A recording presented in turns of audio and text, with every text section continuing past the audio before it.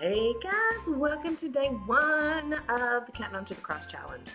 So, here is your assignment for today. I have two passages of scripture that I'm going to encourage you to read. If you do not get to both of them, at least read the first one, okay? We are going to start in the Old Testament.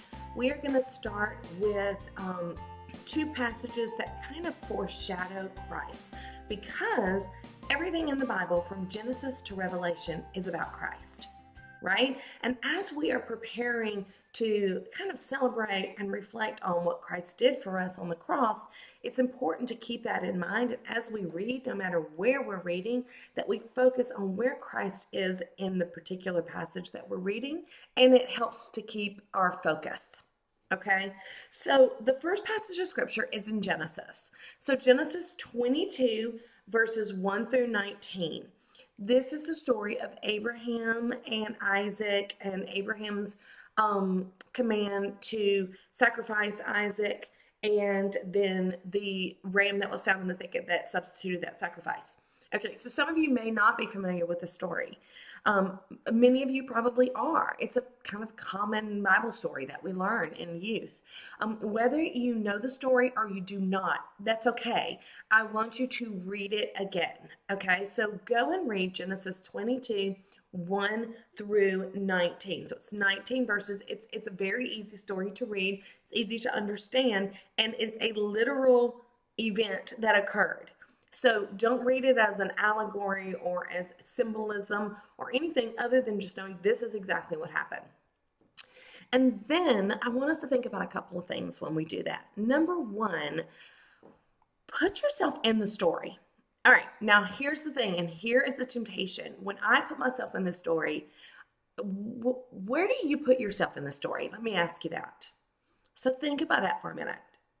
Because in the past, I had often put myself in the role of Abraham, okay? And so the moral of the story is, if I am faithful in obedience, then God will supply and save me, whatever the case may be, okay?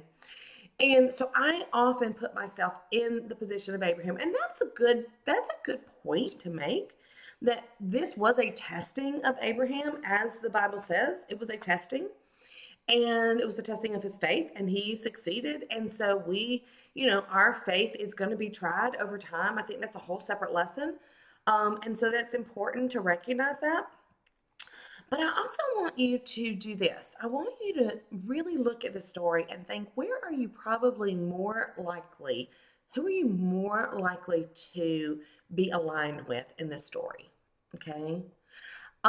Really and truly, it's probably Isaac. It's probably Isaac. And I want you to shed your Abraham eyes for a minute and put on your Isaac eyes for a minute, okay?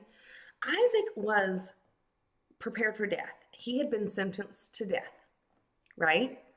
By God. God sentenced him to death.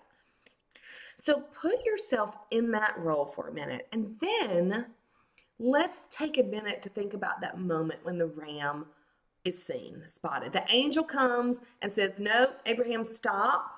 Abraham has the knife he has the knife ready at Isaac's throat, and the angel says, "Stop what you're doing." What does he say exactly? Let me just read this.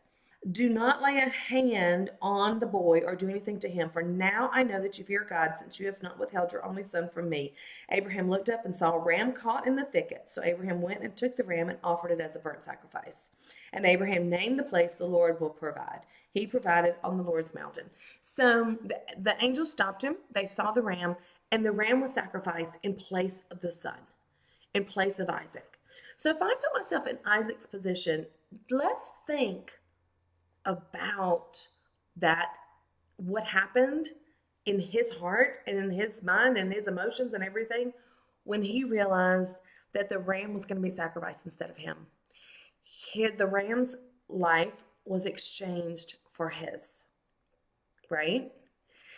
And then that emotion, that gratitude, that gratefulness, that relief, that really awe, that wonder of no longer being the one that is dying, but instead walking down the mountain with your father and living, That is what we should feel when we think about the sacrifice that was made for us on our behalf.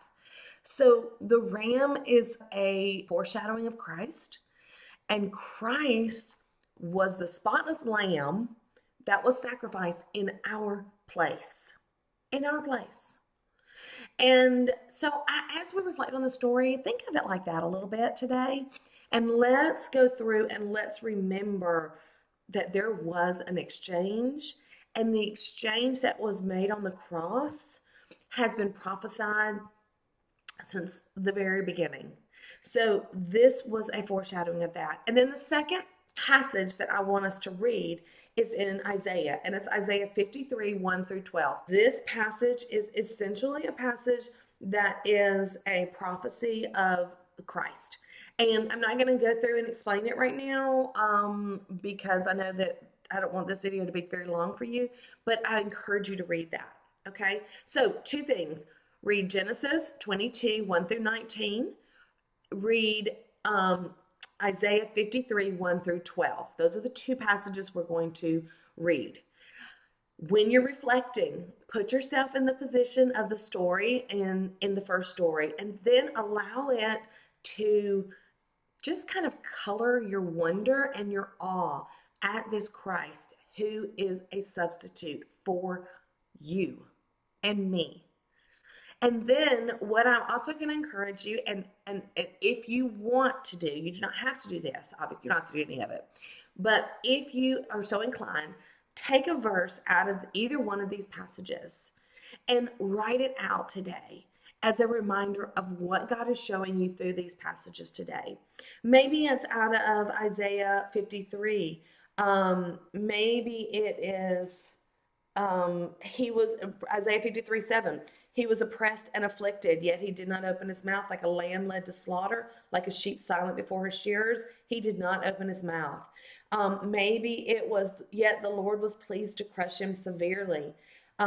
Maybe whatever it is, after his anguish, he will see light and be satisfied.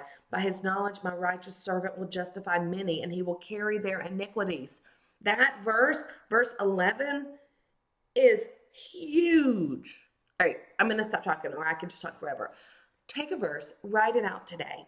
Okay, maybe you want to just write it on a post-it note and put it on your mirror. Maybe you want to put it in your journal. Maybe you want to do some hand lettering with it. Maybe you want to do a scrapbook page with it. Maybe you want to just do a journal page about it. Maybe if you have purchased the worksheet, the kits, I encourage you to write it down in your worksheet. On your worksheet for today. Put the passages on the worksheet for today, whether you're doing it in 8.5 by 11 size or traveler's notebook size. Both of those are included in that kit. And I encourage you to write out these scriptures, the passages, the references, and then write a couple of the verses from them. Let them soak into your heart. Pray about it. Allow God to use His word to minister to you today. And then I'll be back tomorrow for day 2. Reply to me, reply to this email. Let me know how you're doing. Let me know what you're learning. Tag me in social media. I will love to hear. This touched my heart in a new and fresh way when I really looked at it this past week as I was preparing for this challenge, and even again today as I'm reading it. And I pray the same for you. All right, have a great day.